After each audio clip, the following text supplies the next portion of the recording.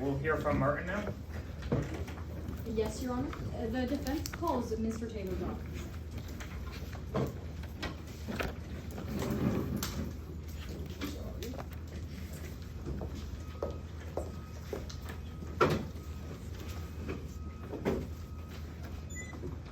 Permission to proceed. Permission granted. Good morning. Can you please introduce yourself to the court? Hi, I'm Taylor Jaw. Mr. Jaw, what do you do for a living?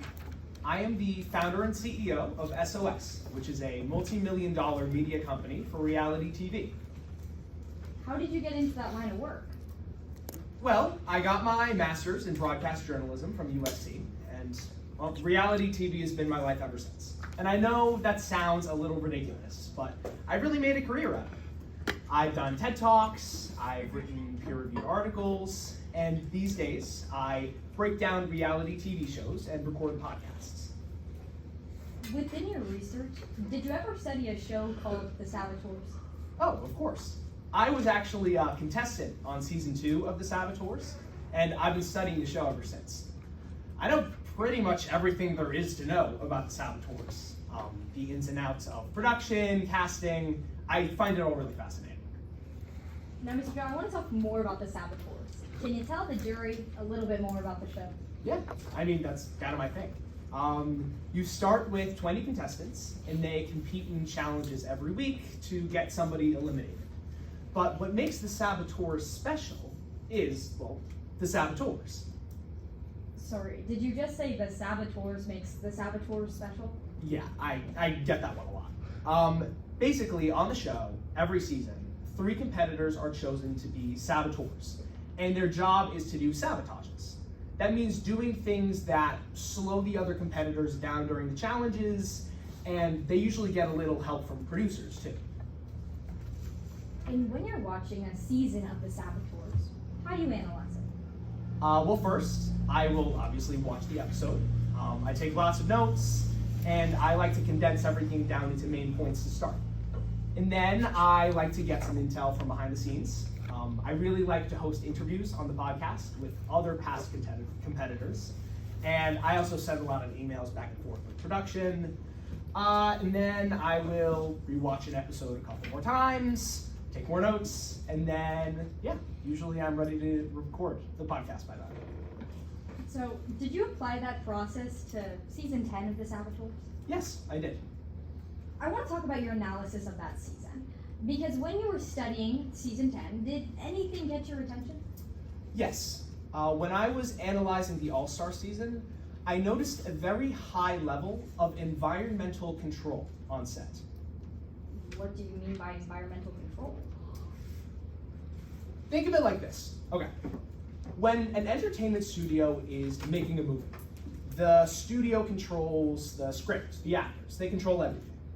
But when let's say they're broadcasting a football game, the studio can't really control anything. They're just there to set up a camera. Now, what makes reality TV so cool is that it sits somewhere in between. On The Saboteurs, the producers do not control the outcome, but they do control the environment. Mr. Draw, you've been saying that word a lot. Can you clarify what you mean by environment? The set, the crew, I mean, even stuff like what the cast eats for breakfast.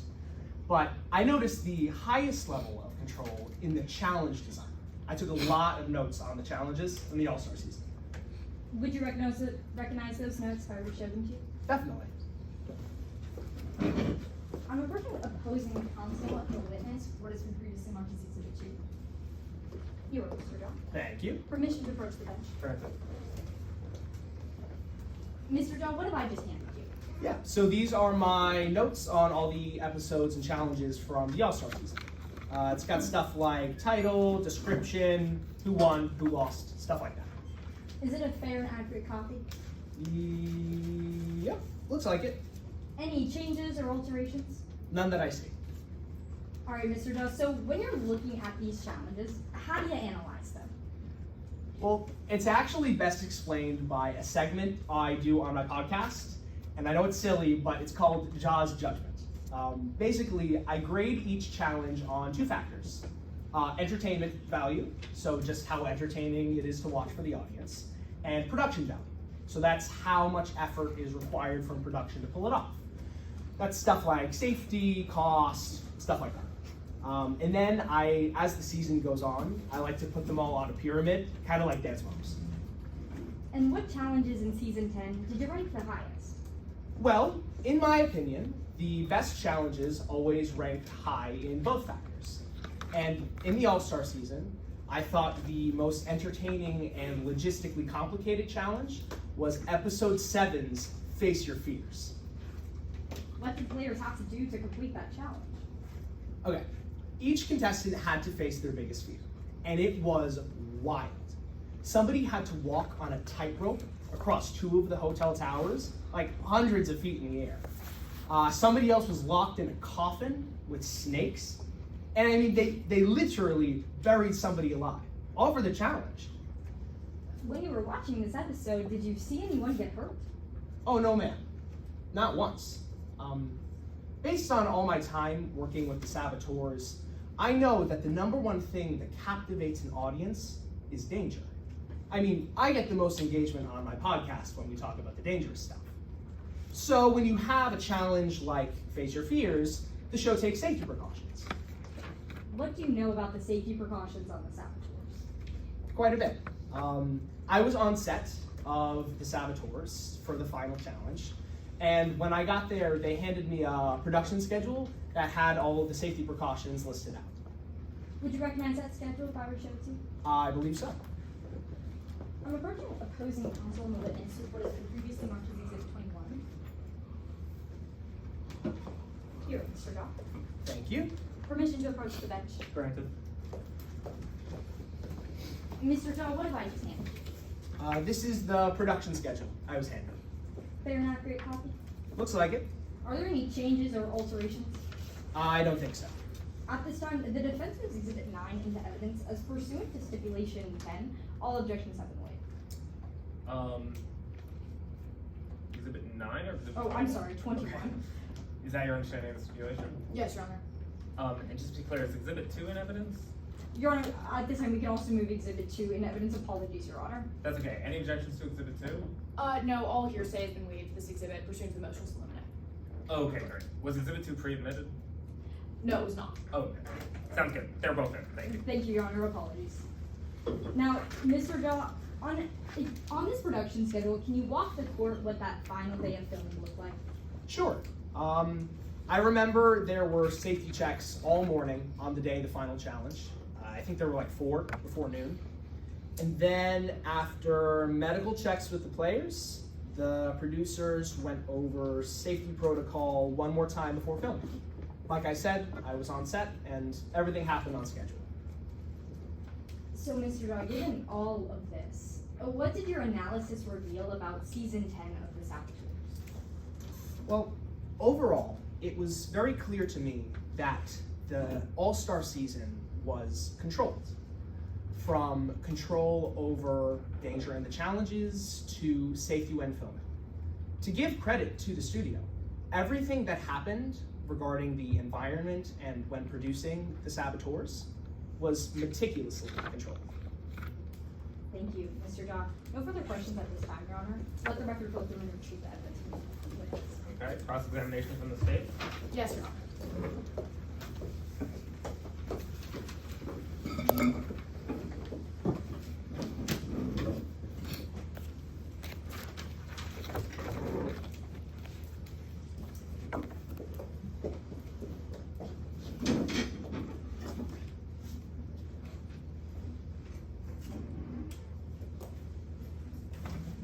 May I proceed? Yes, you may. Good morning, Mr. John. Good morning. Now, you talked a lot on direct examination about environmental control, right? Yes, I did. But in your experience with the saboteurs, the producers tried to avoid directly impacting the game, right? That's true. That's kind of what I meant by how the studio doesn't control the outcome. Like, they're not allowed to rig the show, obviously, but there's a lot more control that goes into what happens, when producing it. Well, I'm asking about the game, Mr. Jha, and they try to avoid directly impacting it, right?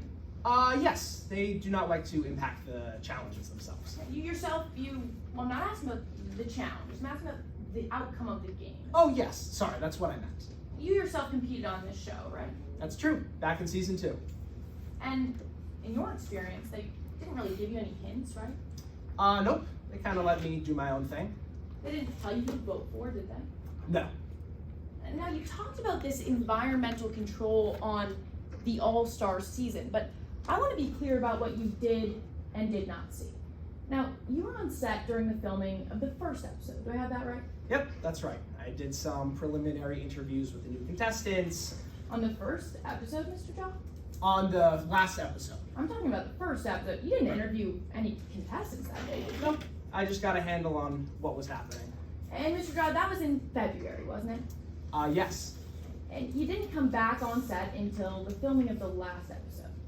Yep, that's right. That was in April. Mm-hmm. So you weren't around for any of those episodes in between.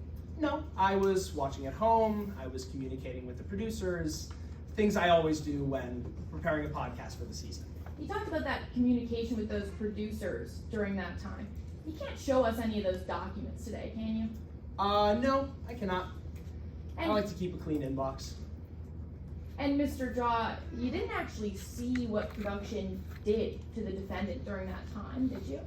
No, like I said, I was only on set for the first episode and the last episode. So you didn't see what they said to the defendant during that time, did you?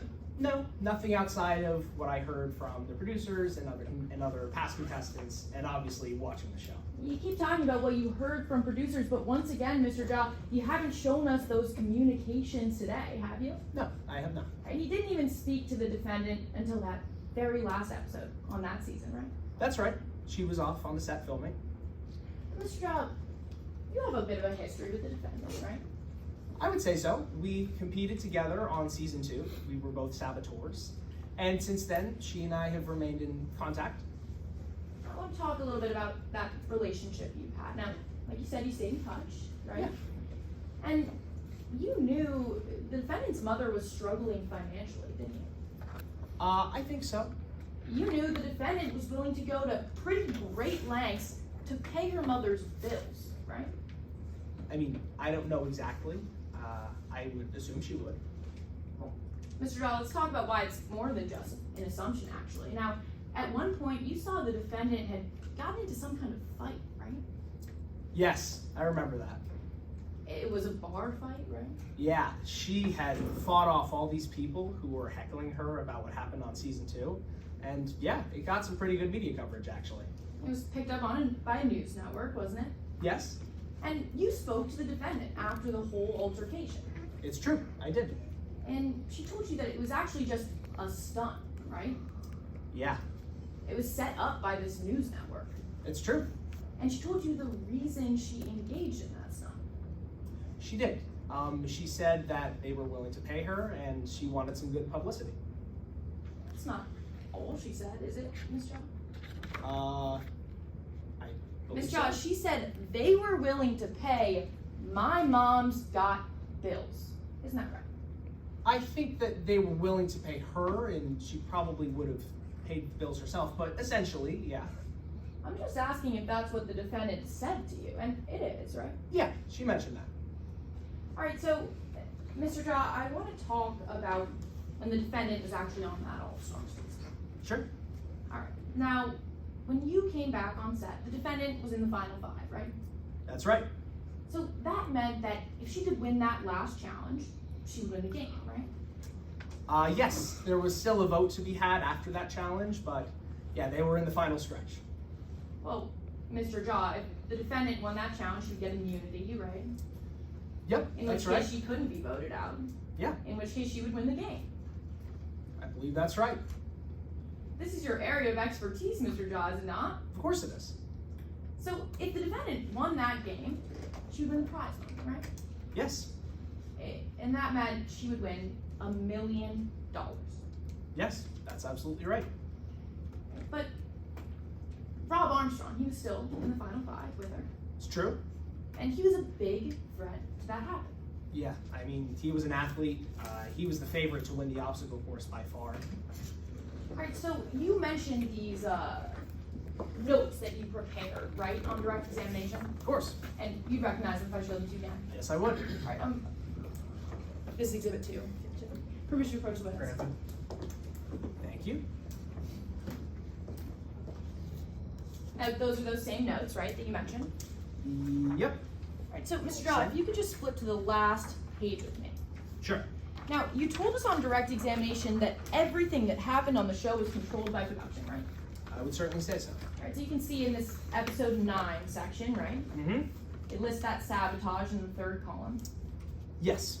It says add 5 pounds of weight to one challenger. Yes, that was the formal sabotage for the challenge. So saboteur Charlie Martin chose the sabotage. That's right. All right. You spoke to Miss Martin, excuse me, that morning of that final challenge, didn't you? Yes, I did. I was conducting interviews with all the contestants, getting some content for the podcast. Right, and you asked her how she was planning on sabotaging Rob Armstrong. Yes? And she told you that producers had allowed her to do exactly what's written in your notes, right? That's true. But that's not all she said, is it? No. She said, production doesn't control me. I've got this. Yeah. I mean, at the time, I thought she was talking about I'm not the asking what challenge. you thought, Mr. Jaw. I'm just asking if that's what the defendant said. Yeah, that's what she said. Thank you, Mr. Jaw. No further questions at this time. All right, anything from Martin? None at this time, Your Honor. All right, Commissioner, retrieve the document. permission granted, this witness may be excused. Thank you. Further witnesses from Martin? Yes, Your Honor. At this time, the defense calls Miss Charlie Martin to the stand.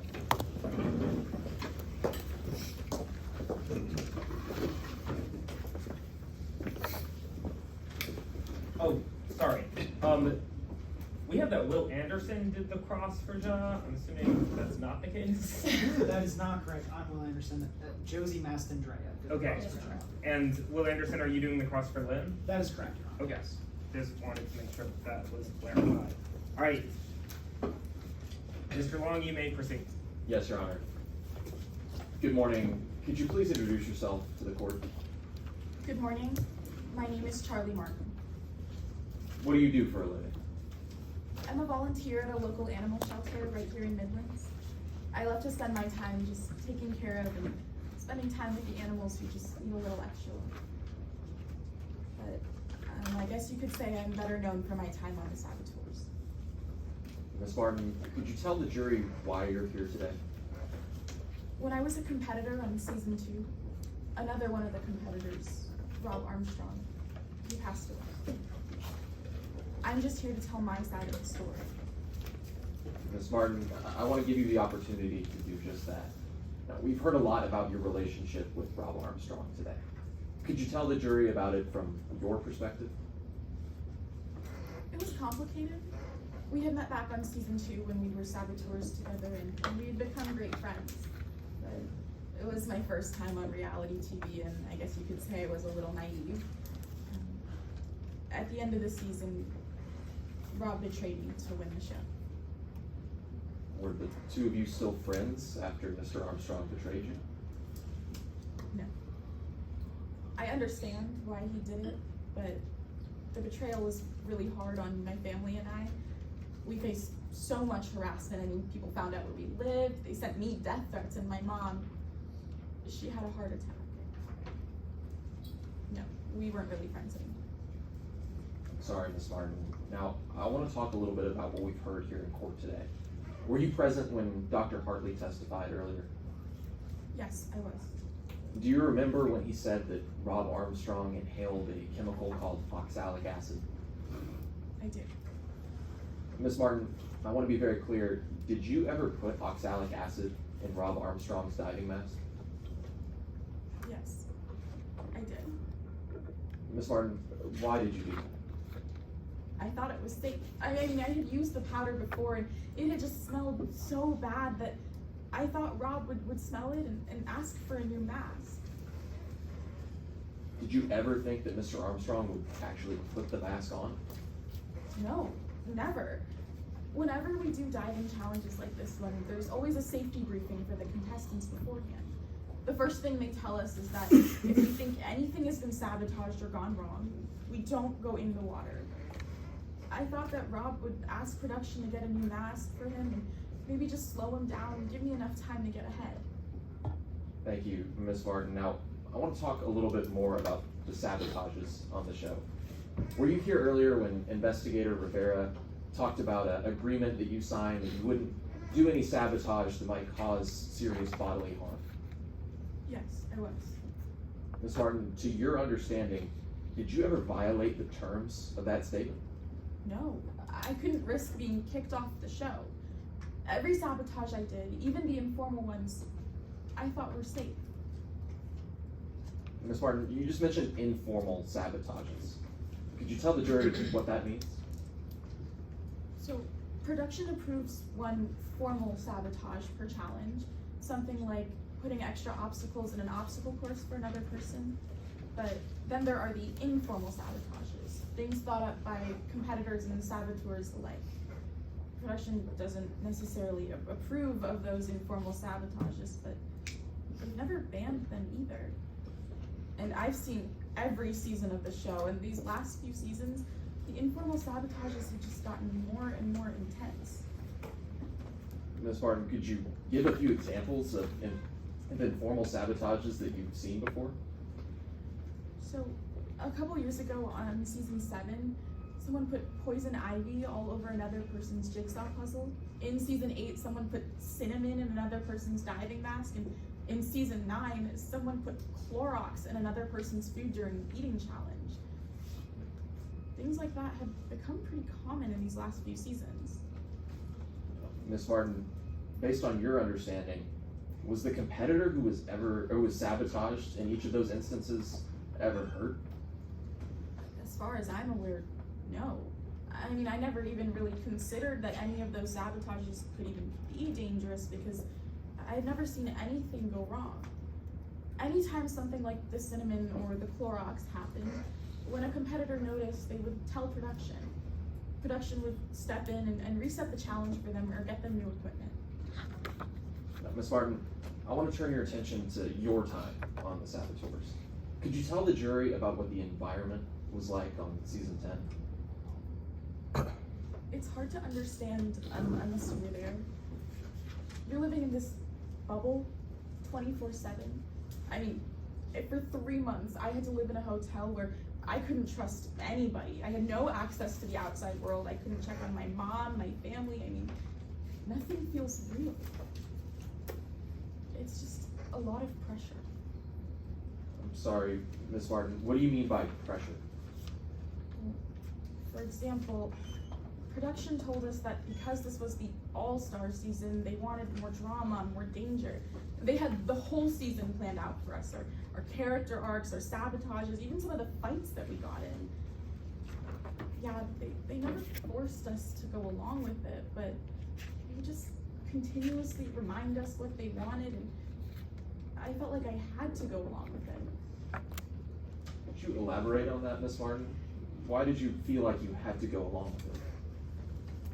The night I was made a saboteur, production pulled me aside and told me they had this ultimate redemption arc planned for me. Objection, Your Honor, to hearsay. Response? Yes, Your Honor, we're not using this statement for the truth value that there was an actual ultimate redemption arc plan for Ms. Martin. We're concerned with the statement based on its effect on the listener. If I may make an offer of proof. Sure. My following question to Ms. Martin is going to be asking how this statement, along with the entire environment on the saboteurs, affected her decision-making while she was on the show. We're only using it to show its effect on her decision-making based on what she was told from production. Response? Yes, Your Honor, they are absolutely using it for the truth of the matter asserted. It's opposing counsel's contention today that the production team organized the entirety of the All-Star season, including what was going on with Miss Martin. So they are using it for the truth of the matter asserted. It's still hearsay. Just to be clear, are you arguing that the production team told Miss Martin to put the acid in the mask? No, Your Honor, that is not our contention in today's case. The statement that was elicited was just that this redemption arc was planned for her, and that because of these things, production telling her a certain path they wanted her to take, she then went on to put oxalic acid in the mask. It wasn't a direct command from production or anything like that. Response?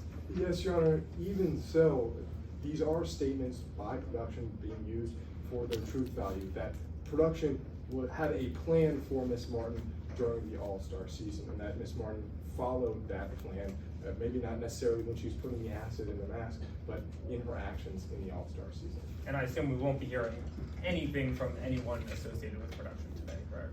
No, Your Honor. However, I will offer, as the defense, we're amenable to a limiting instruction that the jury shouldn't consider the existence of this ultimate redemption arc for its truth. Just the fact that Ms. Martin was told about it and that she acted accordingly, as I'm about to ask her. I will allow the testimony just for the effect it had on Ms. Martin.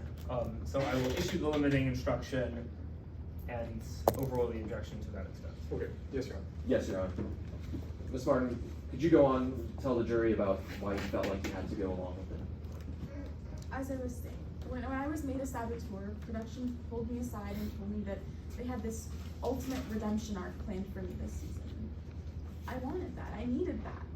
But if I didn't win a challenge, if I didn't say the right line, if I even walked by Rob without picking a fight, they'd pull me aside again and tell me that everything that happened after season 2, the harassment, bullying, my mom's heart attack, all of it would happen again.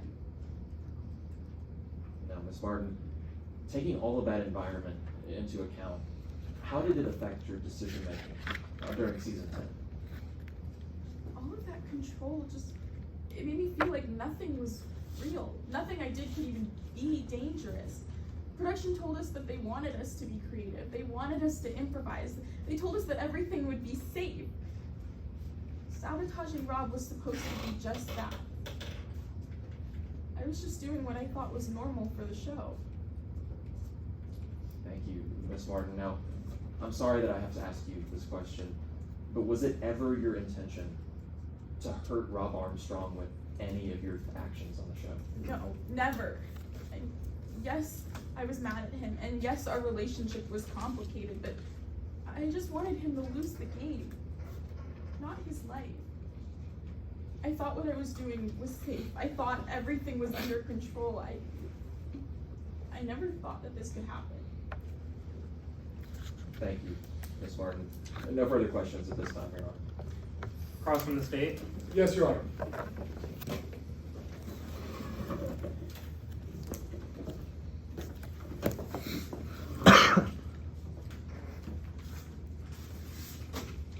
May I proceed, Your Honor? Yes, you may. Good morning, Ms. Martin. I want to start by talking about something you mentioned on direct examination. You told us that after season 2 had concluded, you and Rob were no longer friends. Yes, that's true. But when the police interrogated you, Miss Martin, you told them that Rob was your friend.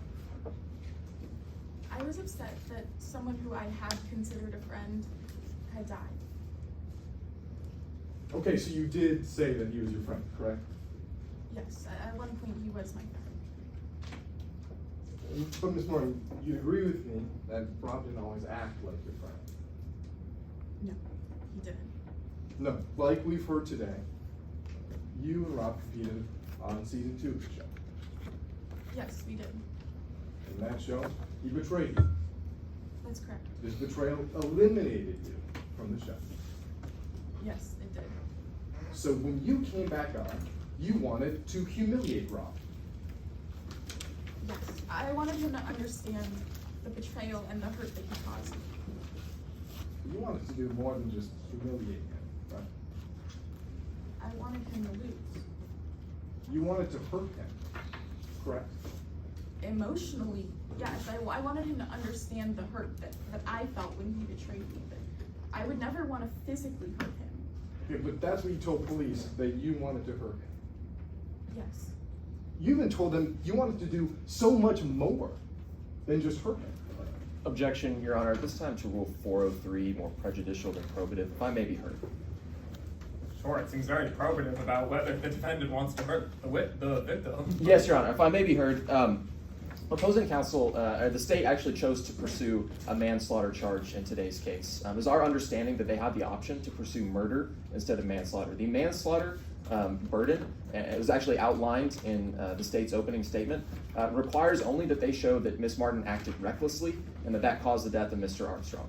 It doesn't require anything about whether or not she intended to kill Mr. Armstrong. It doesn't inquire anything about her motive in that sense.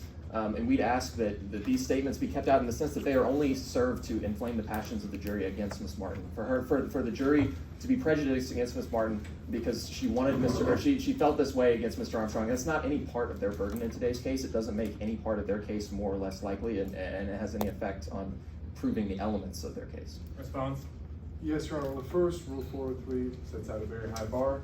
The testimony must be substantially more prejudicial than it is probative. Now, part of our burden today in bringing a charge of manslaughter is showing that the defendant deviated from the standards of care that a normal law-abiding person would abide by.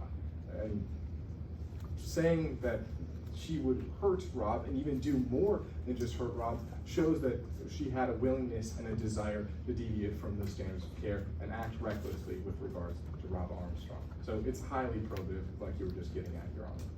If I may respond on those grounds, Your Honor. Briefly? Yes, Your Honor. Just looking at the definition of recklessly as outlined in the Midlands Penal Code, I believe is in your bench book there.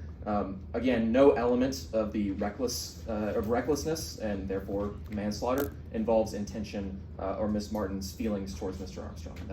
Has no value. It's a well-taken objection. I'm going to overrule it and allow this testimony. Yes, Your Honor. So to be clear, Miss Martin, when you talked to police, you told them that you wanted to do so much more than just hurt Rob. Is that correct? Yes, like I said, I wanted him to understand the pain that I felt after losing. But again, I would never want to physically harm him. We'll get to that in just a sec, Miss Martin, but you told them you wanted him to feel an ounce of the pain that you've lived with for the past 5 years.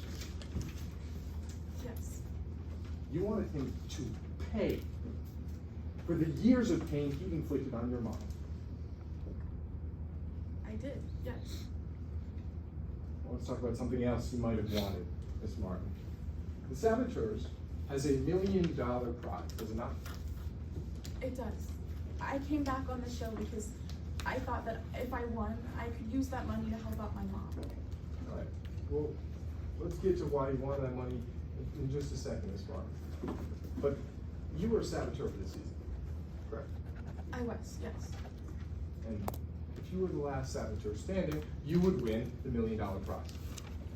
Yes. If you had won that final diving challenge, you would have won that money. Yes. But after Rob passed away, the whole season was canceled and no one won.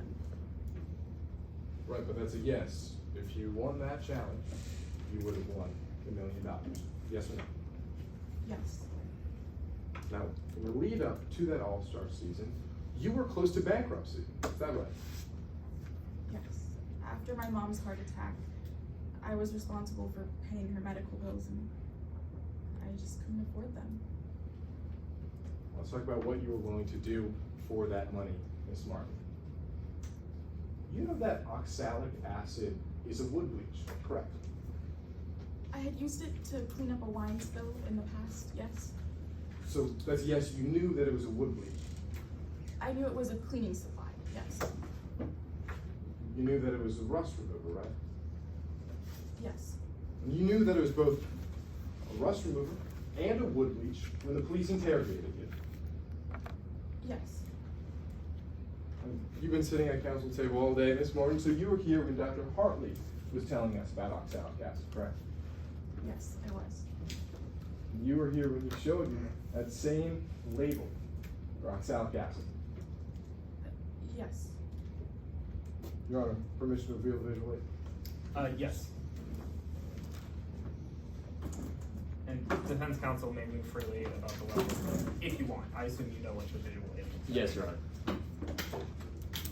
Ms. Martin, this is that same label, right? I believe so. I had only read the front of the label. Is that your sworn testimony today, Ms. Martin? That you'd only read the front of the label? I had read the front of the label and skimmed the back. Okay, you read the front, and then you said you skimmed the back. Yes. Just make that clear. Yes. Well, you'd agree with me, this label says that inhaling oxalic acid can cause choking, It does, yes. chest pain, Yes. lung injury. Yes. And it says to avoid contact with skin, does it not? Yes. And Ms. Warren, when the police interrogated you, you told them that you didn't want to get this oxalic acid on your skin. I had said that when I was cleaning up the wine spill, I have sensitive skin, so I was wearing gloves so that I wouldn't get the powder on my skin. Right. You didn't want it to be on your skin. No. Right up at the top here, it says toxic. Yes. And you scooped that toxic acid directly into Rob's diving mask. I did, but I never thought that he would actually put the mask on. The powder, when I had used it, it smelled so bad that I thought before it got anywhere close to his face, he would smell it and ask production for a new mask. Right. Ms. Martin, you keep telling us that you never meant for Rob to use this mask. Well, you're very specific about where in the mask you put it. Right. Yes. There was a mesh disc on the inside of the diving mask. Yes. It's about 1 to 2 inches from Rob's nose and mouth. Yes, but like I mentioned, because I didn't think that he would put the mask on and it was only going to focus on that smell, that's why I put it in that spot. You put it in there, you told police, because you didn't want it to fall out.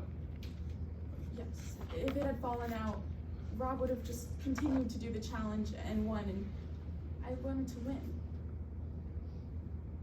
Well, Ms. Martin, despite seemingly not wanting Rob to use this mask, you put it in there so that he wouldn't see it. Yes. And Ms. Martin, you were here for Ms. Reynolds' testimony earlier today. I was, yes. You heard her tell us about a conversation she overheard between you and a member of production. Is that right? Yes. And in this conversation, you proposed putting rat poison in Rob's food. Yes, but that was just a line that production had fed me. We were filming at the time and I was just playing into the role that production told me they wanted me to play. You're saying that when you suggested putting rat poison in Rob's food, that was a line fed to you by producers? Yes, but obviously I would never do that. I know that rat poison can be dangerous. Well, in fact, the producer did say, no, that's absolutely not allowed, right? Yes, and that's why rat poison was never used on the show. Ms. Martin, the day Rob drowned, you were considering putting oxalic acid in Rob's food. Yes, but I did realize that if I put it in his food or his water, he wouldn't be able to smell it, and that's all that I wanted. Well, Ms. Martin, you actually just told police that the diving mask was right there. Yes. You told him it was more convenient. I told him that I had that idea the morning of, and I briefly considered putting it in his food or his water, but I realized that he wouldn't be able to smell it. And when I was looking at the diving mask, I thought that that would be a good spot for him to smell it. The spot where he couldn't see it. Yes. Ms. Martin, like me, the police asked you what you knew about oxalic acid, didn't they? They did, yes. They asked if you knew that you were putting oxalic acid in Rob's only source of oxygen underwater. Yes, but I never thought that he would actually be underwater with the mask. Just gonna keep things simple. Did they ask you that? Yes, they did. And you told them, I knew it when I did it. Yes. Thank you, Ms. Martin. No further questions, Your Honor. Is there any redirect? Yes, Your Honor, if I may just inquire as to how much time defense has left for direct examinations. The defense has 8:59 for defense. Then yes, Your Honor, just briefly. Okay, do you want this demo? Yes, Your Honor, it can stay on.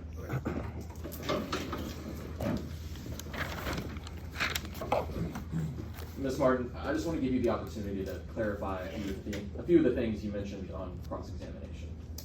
Now, did you win season 10 of The Saboteurs? No. Like I mentioned, after Rob passed away, no one won the show. Did you collect the $10 million prize? Or $1 million prize? No, I did not. Ms. Martin, turning to this label, was the bottle of oxalic acid that you had 3 feet tall? No, it was quite small actually. And Ms. Martin, is what we see here the front or the back of that label?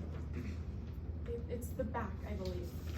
Thank you, Ms. Martin. No further questions, Your Honor. Any recross? No, Your Honor. Ms. Martin, you're excused. Psycho counsel have the details. Yes, of course.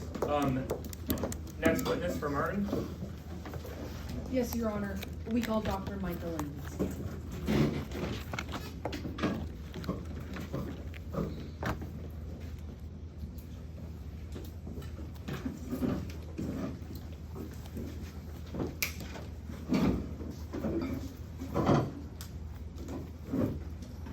You may proceed. Yes, Your Honor. Good morning. Could you please introduce yourself to the court? Good morning. I'm Dr. Michael Lin. What do you do for a living, Dr. Lin? I'm the chief psychologist of the Forensic Evaluation Center here in Midlands. And what do you do at the FEC? Well, our job at the FEC is to perform psychological evaluations of defendants in criminal court cases, which is exactly what I've done here today with Ms. Charlie Martin. Could you tell us a bit about your professional background? Before working at the FEC, I actually spent a brief stint as the on-staff psychological consultant for a pretty large studio in Midlands, which produces reality TV. That's experience I was directly able to use when speaking with Ms. Martin. But after that, I transitioned into forensic psychology when I joined the FEC, and I've since made my way up to chief psychologist. Could you tell us about your educational background? Certainly. I received my Doctor of Psychology from Pepperdine University. That degree specializes in clinical and forensic psychology, which basically means I diagnose mental conditions in legal cases. Could you tell us about the methods you used to assess Ms. Martin's psychological state? So in total, I sat down with Ms. Martin for about 6.5 hours. During that time, I conducted several psychological tests, and I also interviewed Ms. Martin in between those tests to collect any more information I might have needed. Were these methods reliable? Yes, that process I mentioned is the gold standard in my field. Did you reliably apply these methods to the facts of the case? Yes, absolutely. And did you have sufficient facts and data to come to your conclusion? Yes, the data I was able to collect from those tests, as well as the information from those interviews, it was certainly enough for me to come to a conclusion in today's case. Dr. Lin, could you start by walking the jury through your examination? Absolutely. I started by sitting down with Ms. Martin and asking her some pretty simple background questions. We started by talking about her time competing on a previous season, season 2, and ended with the events leading up to Mr. Armstrong's passing in season 10. Dr. Lin, what happened to Ms. Martin on season 2? Well, Ms. Martin actually started by telling me that she had become very close with Mr. Armstrong when the two competed on this season together, and to the point where she actually considered him to be a lifelong friend at the time. But when we started talking about the finale of the season, she told me that Mr. Armstrong had betrayed her in order to win the show and have her eliminated. How did Ms. Martin feel about Mr. Armstrong after this betrayal? She was humiliated because of what Mr. Armstrong had done. Even talking about it now with me, it was clear she was in a lot of pain because of what had happened, and she didn't have great things to say about Mr. Armstrong. And how did this humiliation affect her mentally? Well, after speaking with her about everything that happened on season 2, I was able to diagnose her with severe anxiety, depression, as well as post-traumatic stress disorder because of those events with Mr. Armstrong. Dr. Lin, why was understanding Ms. Martin's psychological state in season 2 important for your analysis in today's case? Yeah, those mental conditions I just mentioned had a direct impact on Ms. Martin's mind when she was competing a few years later on season 10. Those mental conditions specifically made her mind a little bit more vulnerable and ultimately more susceptible to manipulation. Dr. Lin, what does it mean to be more susceptible to manipulation? Yeah, I know that's a bit of a loaded word, but in this case, I don't mean somebody controlling everything Ms. Martin was saying or doing, like we might usually use the word. In this case, what I mean is that the reality TV show environment that Miss Martin was on was affecting her mind. How exactly was this reality TV show environment affecting Miss Martin's mind? Well, with a show like The Saboteurs, you're in an environment where you're constantly lying, betraying, and even humiliating other contestants who at the end of the day are real people. And so that can have real consequences on your mind. But for Miss Martin, the part that I noted the most that affected her was that environmental manipulation. Could you explain what you mean by environmental manipulation? Yes, that's the medical term we use. But what I mean in this case is that Miss Martin was starting to develop what we call a false sense of security because of that reality Objection, TV show. Your Honor, environment. pursuant to Rule 704B, may I be heard? Yes. Dr. Lin just testified that the defendant had a false sense of security. Now, to say that is to suggest that the defendant could not appreciate the wrongfulness or the criminality of her actions. According to Rule 704B, expert witnesses may not state an opinion about whether the defendant definitively did or did not have the requisite mens rea to commit a crime. That invades the province of the jury, who is the sole party to make that determination. Response, Your Honor? Yes. Yes, Your Honor. 704B precludes a witness from making a connection between the state of mind of the defendant and an element of the crime. That was not what Dr. Lin was testifying to today. Dr. Lin was simply testifying to Miss Martin's psychological experiences on season 2 and season 10. Whether or not she had that state of mind and experienced those same psychological states during the time of the crime is the connection for the jury to make. That's not the connection that Dr. Lin was making today. What's the exact testimony you find objectionable? The false sense of security. Can you give it to me in just broader context of what he said? Yes, he said that due to the manipulation that was present on the All-Star season, the defendant developed this false sense of security, which made her less likely to appreciate the harm. That is, the suggestion is that she is less likely to appreciate the potential harm, wrongfulness, or criminality of her actions. That is expressly forbidden by Rule 704B. Okay, I'm going to allow the testimony as long as he does not testify as to whether she was exhibiting this false sense of security during the day in question, and I would invite you on cross to make that explicit to the jury. But to the sense that she may have exhibited a false sense of security at other times while filming the season, I'm going to admit that testimony. Yes, Your Honor. Yes, Your Honor. Dr. Lin, did you get to finish your answer? You were talking about that false sense of security. Yes, I was just explaining that Miss Martin started to develop a false sense of security. An analogy I like to use to explain that is like a trust fall, if you ever did those at summer camp. If you fall and I catch you 5 or 6 times, for example, you would probably expect that I would catch you the next time around, even though there's no promise that I actually would. How does that analogy apply to Miss Martin? That's a bit like what Miss Martin was feeling when she was competing on the Saboteurs. After going through several challenges and doing several sabotages that she felt were dangerous, she started to develop that false sense of security. How did Miss Martin develop that false sense of security exactly? There were a couple things that clued me in when I was actually speaking to her during our interviews.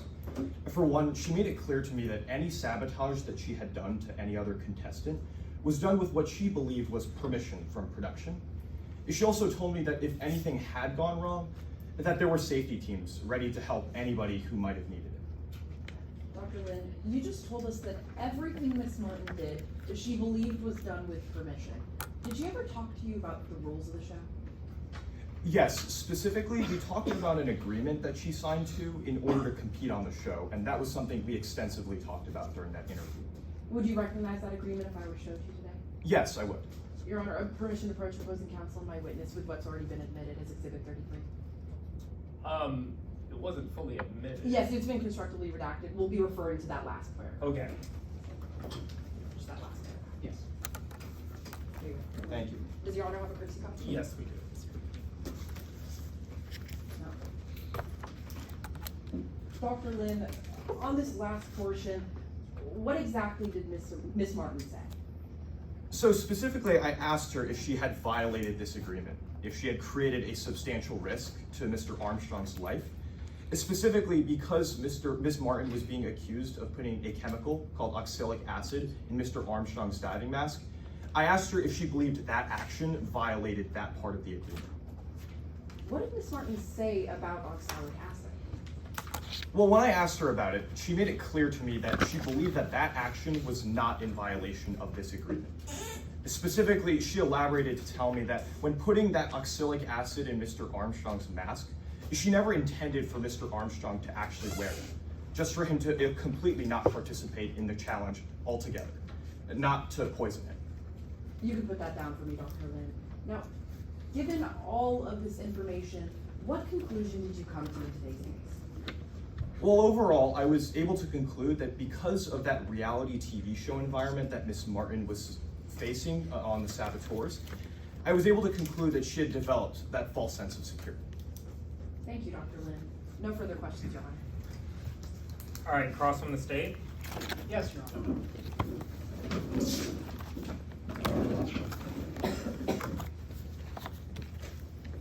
May I proceed? Yes. Good morning, Dr. Lin. Good morning. I'm going to begin by discussing the conclusions you came to in your examination. Now, you ran a number of tests on the defendant, correct? That's correct.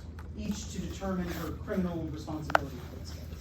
That's right. I also conducted a test to understand her behavioral mind. Now, you informed the defendant that these tests were being done to determine if her actions were in line with any viable legal defense, correct? That's correct.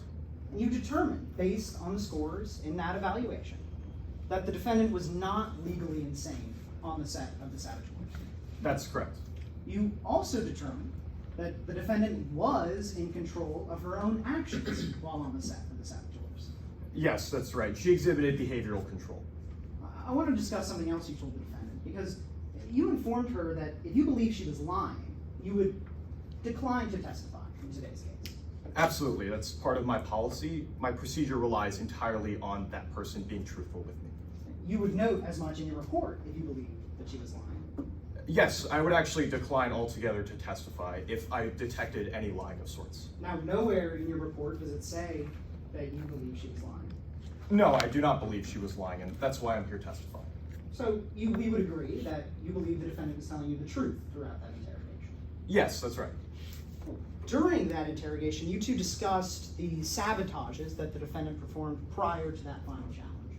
Yes, that's correct. Like I mentioned, that oxalic acid. Well, the defendant at first admitted to putting extra weight inside Mr. Armstrong's bag. Yes, she mentioned that was a separate sabotage we did, but eventually we were talking about that oxalic acid as well. You're getting a little bit ahead of me there, Dr. Lin. That's a yes to my question, that she admitted to putting extra weight inside Mr. Armstrong's bag. Yes, that's correct. And at that point, she denied to you any further sabotages. Isn't that right?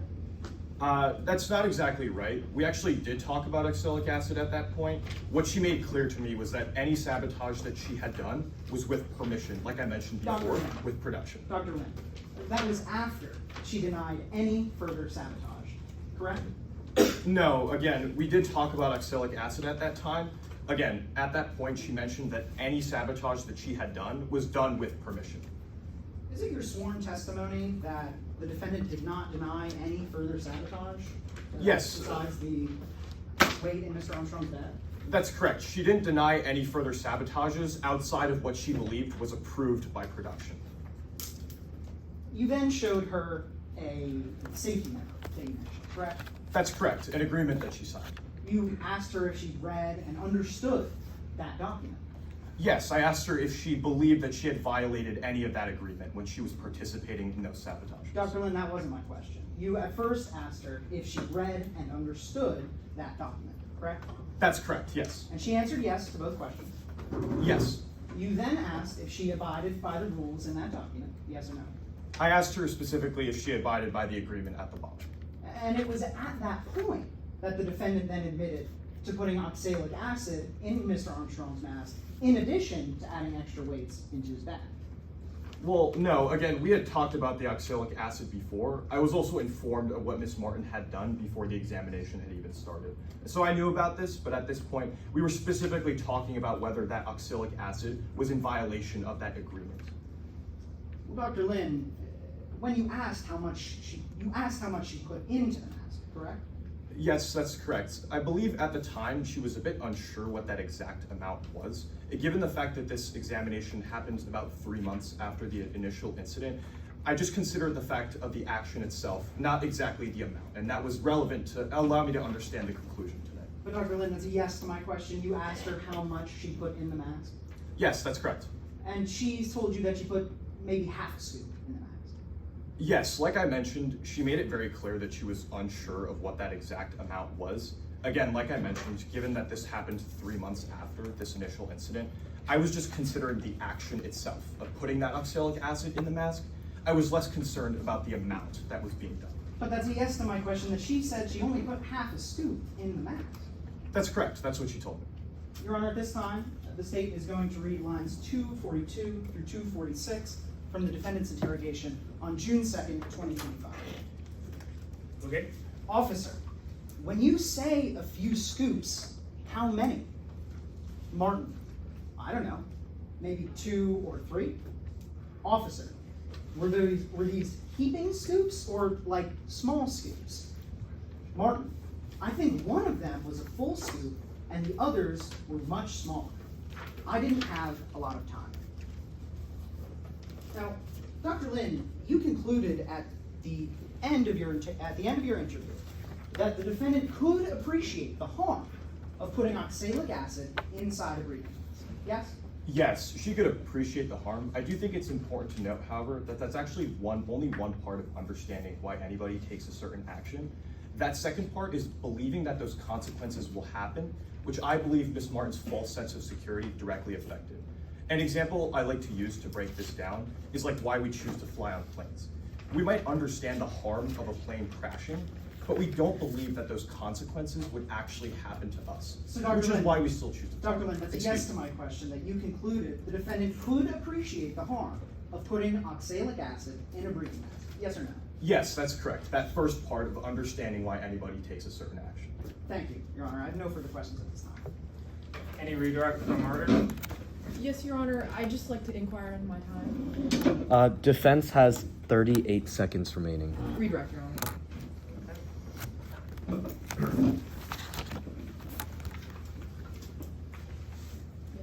Yes. Dr. Lin, when talking with Ms. Martin about the oxalic acid in the mask, did she ever tell you why she put it in the mask? Yes, like I mentioned before, her intention to put it in that mask was to prevent Mr. Armstrong from entirely competing. She thought that Mr. Armstrong would go to get a new mask, not put it on and breathe in that oxalic acid. Thank you, Dr. Lin. No further questions, Your Honor. Any recross? No recross, Your Honor. All right, this witness is excused. Thank you.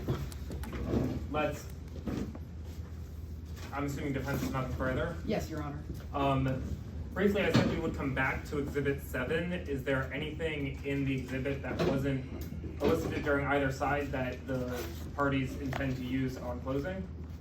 Your Honor, I believe with the admission to the document, the parties were previously in agreement that a limiting instruction to the jury regarding those statements by the officer that are assertions of fact have a limiting instruction. Okay, so you want it in fully with a limited instruction? Yes, Your Honor.